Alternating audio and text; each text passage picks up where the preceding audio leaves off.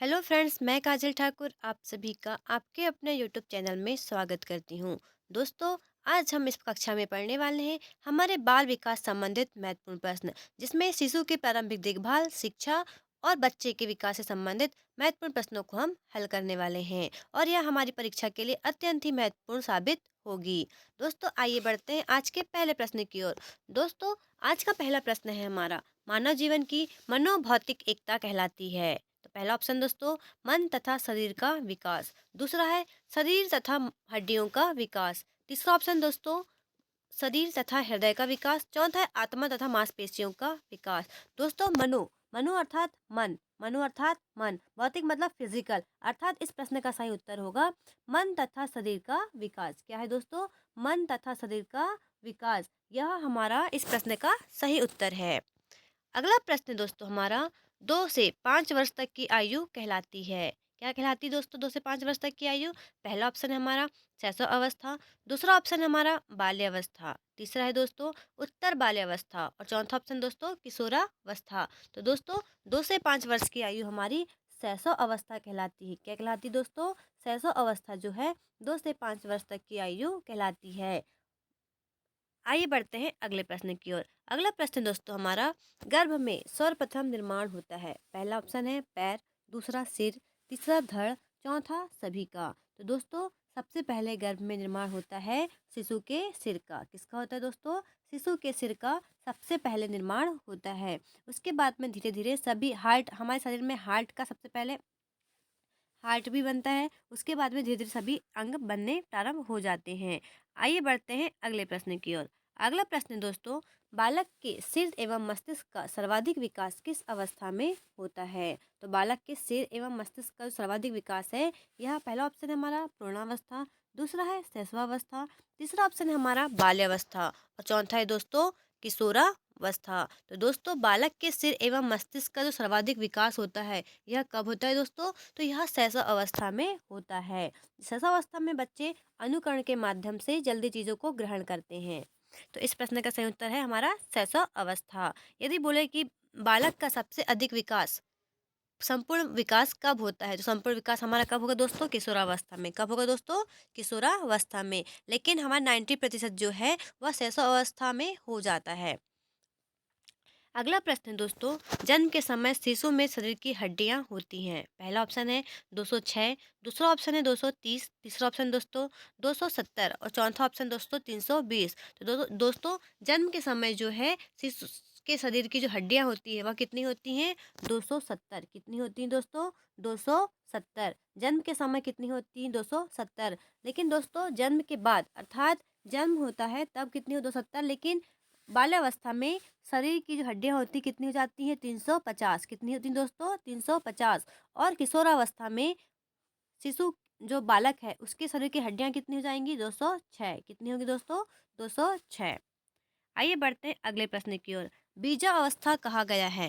पहला ऑप्शन है 0 से 2 सप्ताह, दूसरा ऑप्शन दोस्तों 2 से 8 सप्ताह, तीसरा ऑप्शन है 8 से 16 सप्ताह और चौथा ऑप्शन है जन्मजात। तो दोस्तों, बीजावस्था जो है 0 से 2 सप्ताह की जो मतलब 0 से 2 सप्ताह का जो बालक होता है, शिशु होता है, वह कैसा होता है? बीजावस्था में होता है। क्या में होता है? बीजावस्था में होता है। दोस्तों, आप इस बात को याद रखिएगा, बीजावस्था को हम भ्रूणिक या डिम्बावस्था के नाम से भी जानते हैं, जिसकी अवस्था 0 से 2 सप्ताह तक होती है। और दोस्तों, इस अवस्था में बालक की जो आकृति है एक बीज के समान और अंडानुमा होती है। कैसी होती है दोस्तों? एक बीज के समान और अंडानुमा आकृति होती है और इसे हम जायगोट कहते हैं। क्या कहते हैं दोस्तों? तब इस अवस्था को हम जो बीज बनता है उसे हम किसके नाम जानते हैं? जायगोट के नाम से। और दोस्तों, इसमें योग पदार्थ, योग सुना है आपने? योग नामक पदार्थ होता है जो बालक के आहार के रूप में ग्रहण करता है। और योग जो नामक पदार्थ है, सबसे पहले जो रक्त की उत्पत्ति होती है बालक में इसी पदार्थ से होती है और यह 15 दिन में जो योग है वह समाप्त हो जाता है। दोस्तों, इसके बाद हमारी दूसरी स्थिति आती है भ्रूणावस्था या भ्रूणी या पिंडावस्था। कौन सी दोस्तों? बीजावस्था, भ्रूणी या पिंडावस्था और उसके बाद में आता है गर्भ शिशु की अवस्था। ये 3 भागों में जो गर्भावस्था के चरणों को बाँटा जाता है। तो दोस्तों भ्रूणावस्था जो होती है हमारी 2 सप्ताह से लेकर 8 सप्ताह के बीच में होती है। कितनी दोस्तों? 2 से लेके 8 सप्ताह के बीच में हमारी जो है बच्चे की भ्रूणावस्था 2 से 8 सप्ताह के बीच की अवस्था को हम कहते हैं। और इसके बाद में 2 से जो 9 सप्ताह की होती है दोस्तों, 2 माह से 9 सप्ताह की, उसे हम कहेंगे गर्भस्थ शिशु की अवस्था। किसे बोलेंगे? गर्भस्थ शिशु की अवस्था कहेंगे। आइए बढ़ते हैं अगले प्रश्न की ओर। अगला प्रश्न है दोस्तों हमारा, बालक अपनी माँ को पहचानना प्रारंभ कब कर देता है? पहला ऑप्शन दोस्तों 6 माह, दूसरा ऑप्शन है 8 माह, तीसरा ऑप्शन दोस्तों 9 माह और चौथा ऑप्शन है 3 माह। तो दोस्तों बालक अपनी माँ को पहचानना वह 3 माह में प्रारंभ कर देता है। कब दोस्तों? 3 माह में वह अपनी माँ को पहचानना प्रारंभ कर देता है और उससे अलग होने पर वह दुखी भी होता है। कब दोस्तों? 3 माह में यह संवेग बच्चे के अंदर आ जाते हैं। दोस्तों पहले जो माह में होता है वह जो सामान्य आवाज़ है और मानव आवाज़ में अंतर नहीं कर पाता है और उसमें चूसने जैसी जो प्रवृत्ति होती है वह अधिक होती है। ठीक है दोस्तों? और दूसरे माह में क्या होता है दोस्तों? वह मानव आवाज़ को पहचानकर अन्य ध्वनि में अंतर करने लगता है और दूसरे को देख के मुस्कुराने भी लगता है। 3 माह में वह बालक अपनी माँ को भी पहचानने लगता है। आइए बढ़ते हैं अगले प्रश्न की ओर। अगला प्रश्न दोस्तों हमारा, बालक जमीन पर जो अपनी पसंद की वस्तुएं गिरी होती हैं वह उठा लेता है, अर्थात बालक जमीन पर से अपनी पसंद की वस्तुओं को उठा लेता है। आपके अनुसार उस बालक की आयु क्या होगी? पहला ऑप्शन दोस्तों 12 से 13 माह, दूसरा ऑप्शन है हमारा 5 से 6 माह, तीसरा ऑप्शन दोस्तों 3 से 4 माह और चौथा ऑप्शन दोस्तों 8 से 9 माह। तो दोस्तों इस प्रश्न का सही उत्तर है 8 से 9 माह। 8 से 9 माह के बीच में जो बालक होता है, यदि उसकी पसंद की वस्तुएं जमीन पे गिरी हो तो वह उसे उठाने का प्रयास करता है। आइए बढ़ते हैं अगले प्रश्न की ओर। अगला प्रश्न दोस्तों हमारा, बालक के जन्म के समय शिशु के मस्तिष्क का भार कितना होता है? पहला है 300 ग्राम, दूसरा ऑप्शन है 350 ग्राम, तीसरा ऑप्शन है 400 ग्राम और चौथा ऑप्शन है दोस्तों 450 ग्राम। तो दोस्तों बालक के जन्म के समय जो होता है शिशु के मस्तिष्क का भार कितना होता है? 350 ग्राम। कितना होता है दोस्तों? 350 ग्राम जो है बालक के जन्म के समय शिशु के मस्तिष्क का भार होता है। और दोस्तों जो बच्चे का जो मस्तिष्क का भार है वह 2 वर्ष के अंत तक उसका दुगना हो जाता है, अर्थात 350 का दुगना कितना होगा दोस्तों?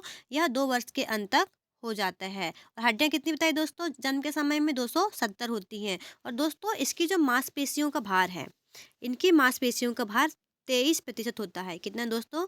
23% होता है जन्म के समय शिशु का मांसपेशियों का भार और मस्तिष्क का भार 350 ग्राम और इसकी जो हड्डियां होती है 270 ग्राम। आप याद रखिएगा।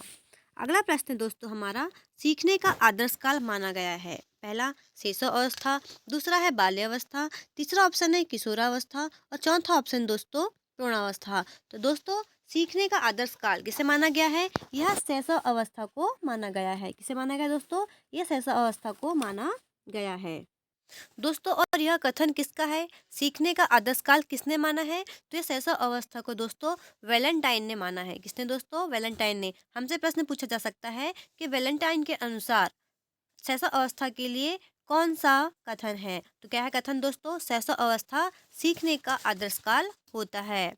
आइए बढ़ते हैं अगले प्रश्न की ओर।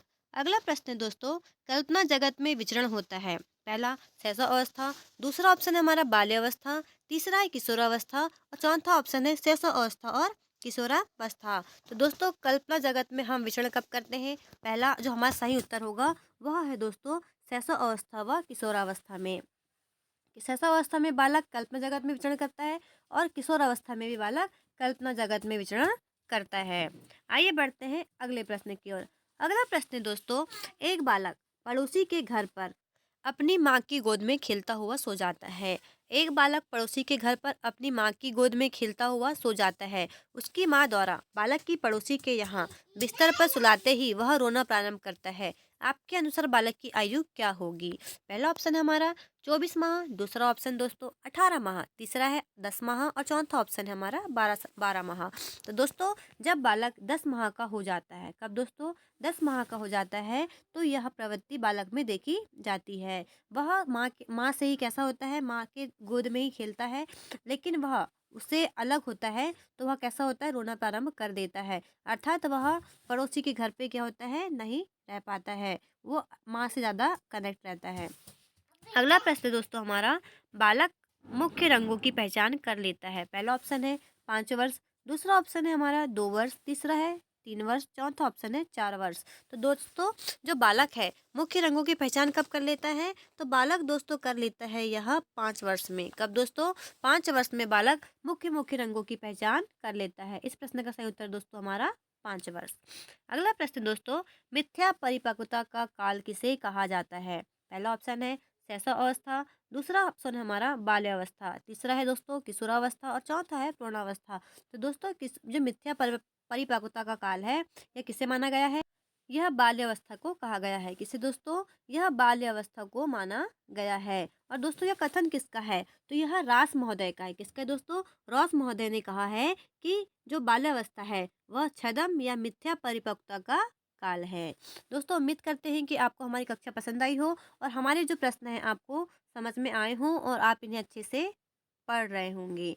यदि आपको हमारे और भी ऐसे जो क्वेश्चंस हैं जो हमारी परीक्षा के लिए महत्वपूर्ण हैं, यदि आप ऐसी कक्षाएं चाहते हैं तो हमारे चैनल को लाइक और सब्सक्राइब अवश्य करें। धन्यवाद।